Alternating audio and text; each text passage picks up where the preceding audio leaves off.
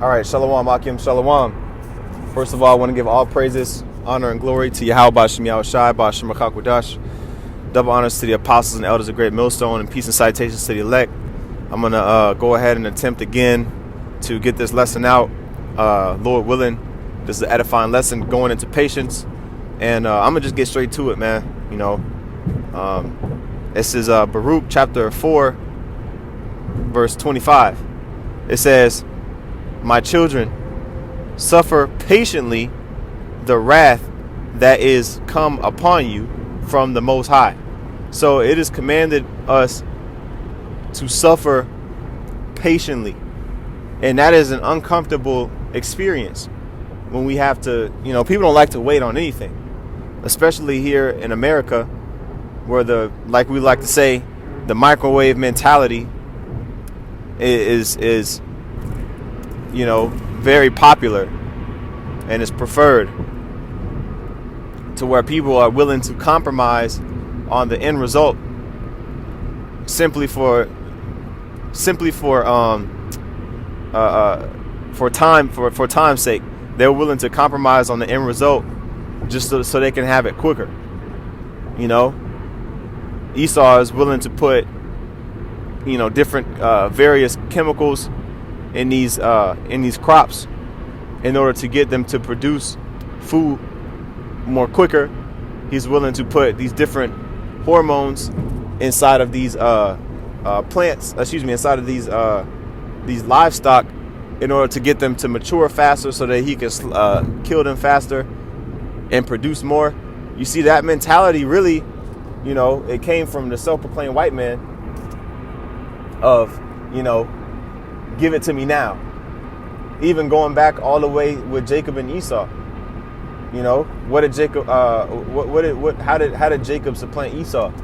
He supplanted Esau because of Esau's lack of patience. And Esau just said, you know what? Just give it to me. You can have my birthright. You know, let me get that pottage that you whipping up. And so, really, lack of patience is an Edomite mentality. Okay, but anyway, we're just gonna go into it. You know, basically, how patience is a part of our culture, right? So, anyway, I'm gonna read this. I'm gonna read the verse again. Baruch 4:25. It says, "My children, suffer patiently the wrath that is come upon you from the Most High, for thine enemy hath persecuted thee, but shortly thou shalt see his destruction, and shalt tread upon his neck." So the point is in, you know, the beginning of that verse.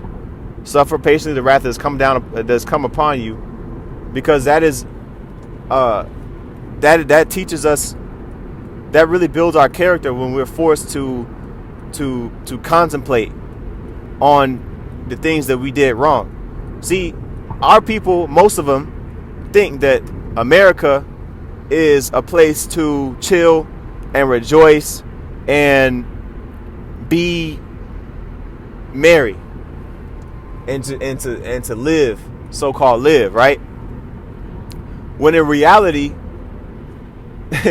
this place is a punishment. This place is likened unto a prison.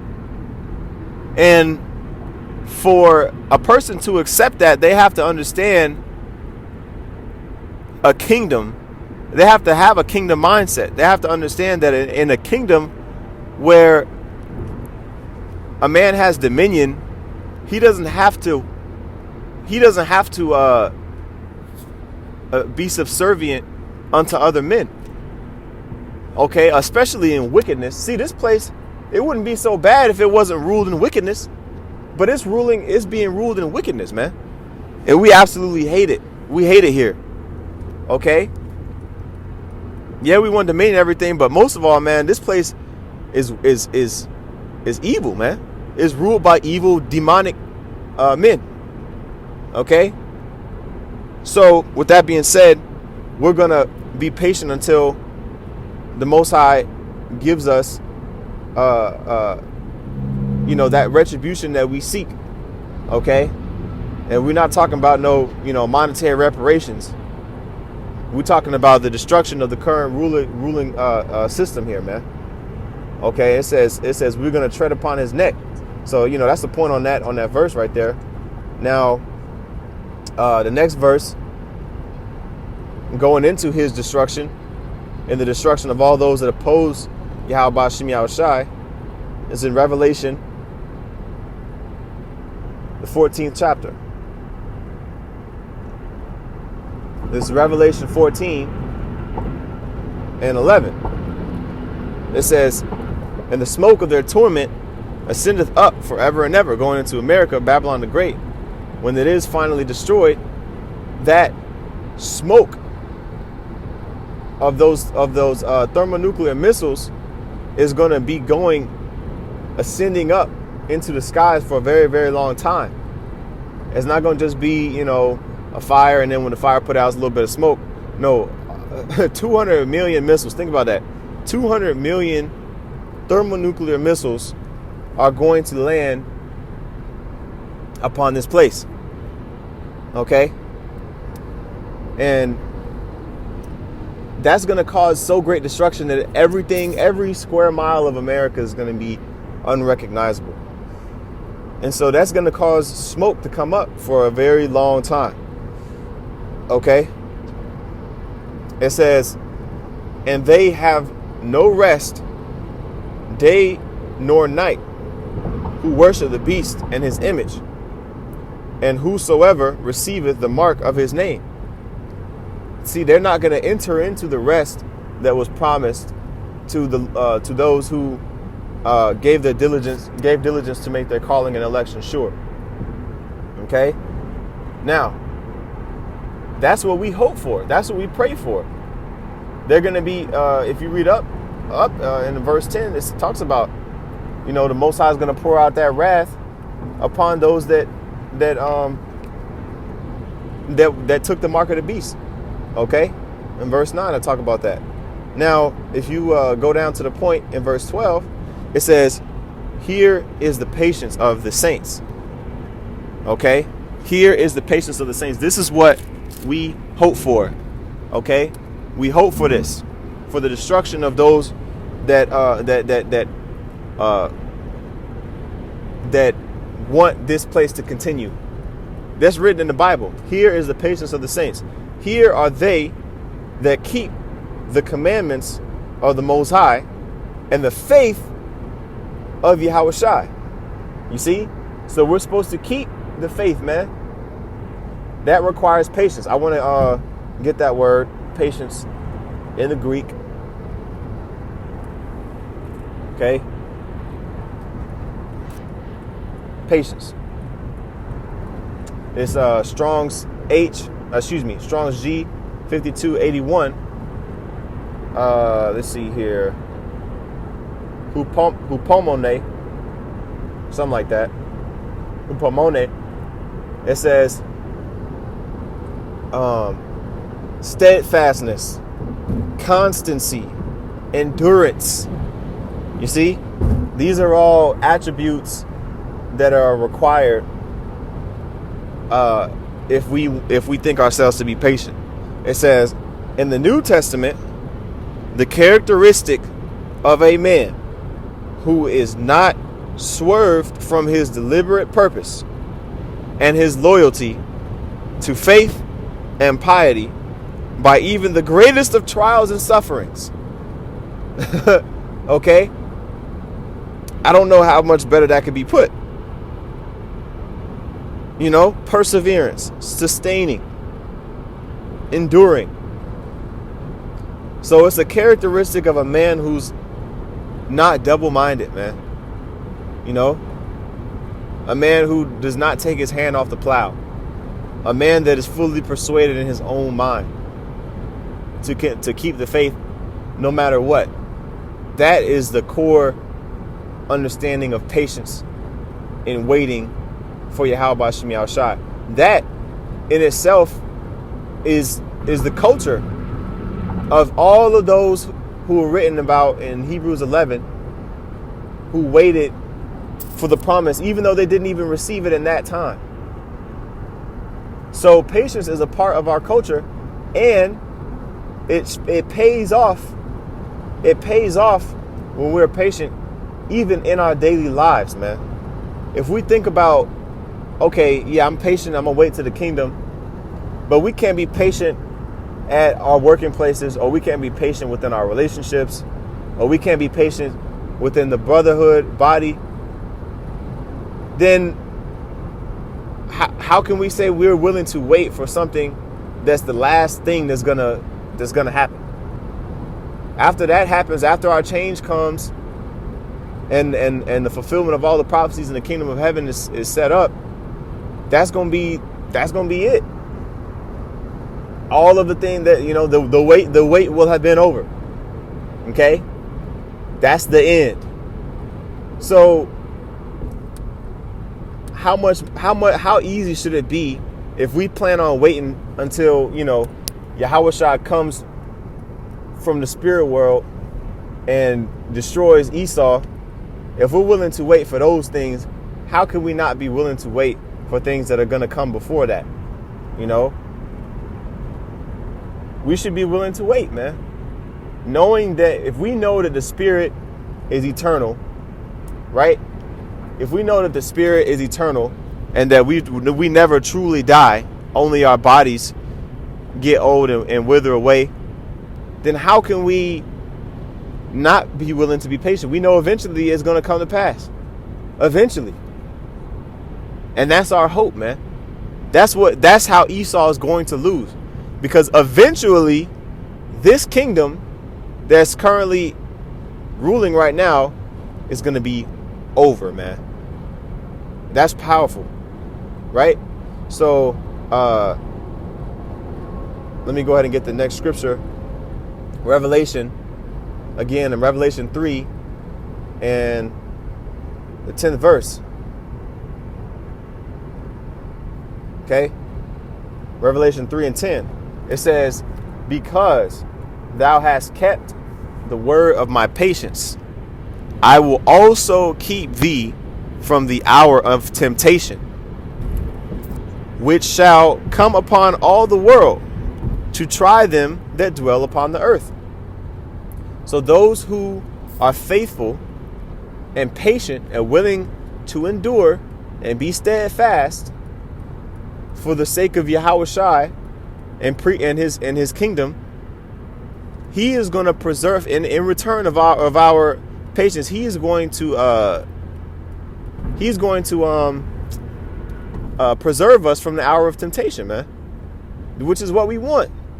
We don't want to suffer these straits that are about to come to most of these jakes, man. Okay, we don't want to be of that number that go into perdition or destruction, but of those that enter into salvation, man. We want to be of that number. Okay, now that's the point on that. Next scripture I'm gonna get, which I quoted already, but I'm gonna go ahead and get it, is in Job. And I'm gonna just hit the points, man, because Satan don't want this lesson to come out. I don't really care. We're gonna get the lesson out if it be the Lord's will. Job chapter 14 verse 14, it says, if a man die, shall he live again? And the answer is yes, because of reincarnation. The spirit, once again, I said it, the spirit never dies, man. Only the flesh. It says, all the days of my appointed time will I wait till my change come. Okay? It says all the days of my appointed time, all the days that the Most High has set, this however many days it takes until the kingdom of heaven is established here on the planet Earth, is the amount of days that the elect of Yahweh Bashim Yahushai are willing to wait. Which the scriptures say that those days are even shortened because if they weren't shortened, then no flesh would even be saved. Okay, so even these days that we're in now are going to be shortened, are being shortened, I should say.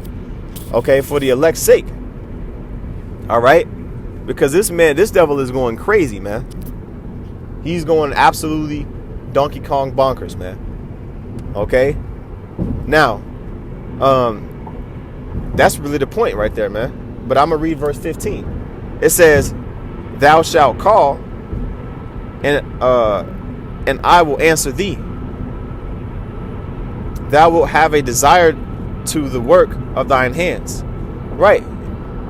So the Most High told his son Yahushua to call out to his sheep, and that's what he did when he was here.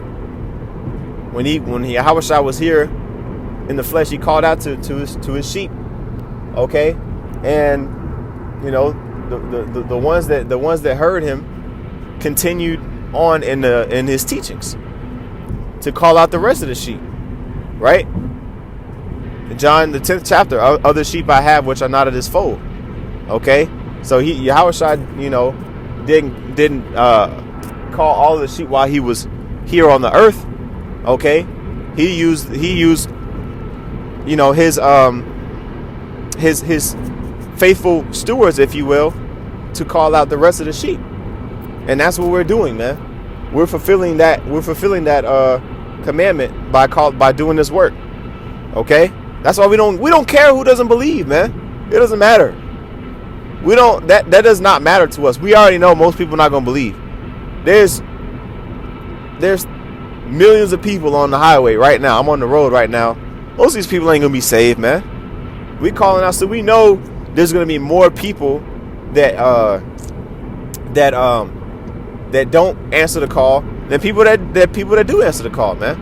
It's the same thing in sales. There's gonna be more people that tell you no than that tell you yes. Does that mean, we get discouraged? Oh man, we ain't gonna never find the elect? No, man. We have faith, patience. Okay. Have patience, man. Isaiah 28, man. Isaiah 28 and 16. It says, therefore, thus saith the Lord Yahweh, behold, I lay in Zion for a foundation, a stone, a tried stone. Who is that stone? Yahushua. Okay. It says, how was he tried, man? He was tempted. He was tempted in the flesh above all other men, man. Okay. The scripture say his visage or his face was more marred or disformed than any man. It was beat up. You know, he suffered a death. I still awe at the death that they imagine the death that he went through, man. I still barely, can't even understand how a man could go through that much, you know? And he did that for not himself, but for his people, man. So how in the hell can we not be willing to wait for him, man? Wait for him to return. That's selfish. It says, behold, I lay in Zion for a foundation, a stone, a tried stone, a precious cornerstone. Okay, he is the pinnacle of our faith, the Alpha and the Omega, the beginning and the end, the author, the writer, the originator, and the finisher, the fulfiller of what we believe in. Okay, it says, a precious cornerstone, a sure foundation. He that believeth shall not make haste. He that believeth shall not make haste. He's not going to run out of patience, man. Like the book of, what is that? Sirach, the 2nd chapter, I believe. Woe unto you that have lost patience. I didn't even get that one, but that's, you know, Sirach chapter 2, man. Woe unto you that have lost patience, man. You know, it's a precept to what we're reading here, Isaiah 28 and 16. He that believeth shall not make haste. Okay, that's what that's going into. He's not gonna run out of punishment. Make haste meaning, you know, hurry up. He ain't gonna, you know, he not gonna be like, man, it's taking too long. He's gonna be patient, man. The man that believes. Okay, and I'm gonna go ahead and finish it off on this one, Lord willing, in Romans. chapter 8, verse 24. It says, for we are saved by hope. Okay? We are saved by hope, but hope that is seen is not hope. So basically, if you want proof, then there's no more need for you to hope. If you need proof, you need to see a sign like many of the Israelites, when Yahushua was doing miracles, you know, when Yahushua was on the scene, rather, they asked for Yahushua to do a miracle to prove that he was the Messiah. But the scriptures say that we're saved by faith, that he is the Messiah. So, yeah, he did signs and wonders amongst the people, but a lot of times, even when he did signs and wonders, they still didn't believe. So it was almost, you know, it wasn't counterproductive in the grand scheme of things, because, you know, those who gonna believe, okay? But even if Yahushua showed the signs, they still didn't have that. They still didn't believe a lot of times, man. Okay, so it says, but hope that is seen is not hope. For what a man seeth, why doeth he yet hope for? Right? So if you hoping that you're gonna pass a test, and then you saw that you passed the test, well, there's no more need for you to hope that you passed the test. You already passed the test. You saw that you got a B on the test or A on the test. You don't have to hope that you passed the test anymore. You already know, right? But you hope the beautiful part is when you have faith that you passed the test already, and then you pass, and then you see that you actually did pass the test. You know, and that's the point that Paul was making, right? Now, keep that mindset in mind. It says in verse 25, right? But if we hope for that we see not, I'll read it again. If we hope for that we see not, then do we with patience wait for it. So if we hope for the kingdom, because we don't see the kingdom as of yet, right? We have yet to see the kingdom of heaven here established on the earth. So that means we're waiting for it, man. It's a very simple concept. The application thereof is where the challenge comes. Okay? And so we're patiently waiting for the kingdom of Yahweh Shem Yahushua. And in waiting for the kingdom, we also ought to wait for smaller things too. Okay? Because to wait for the kingdom is that's the ultimate task of waiting.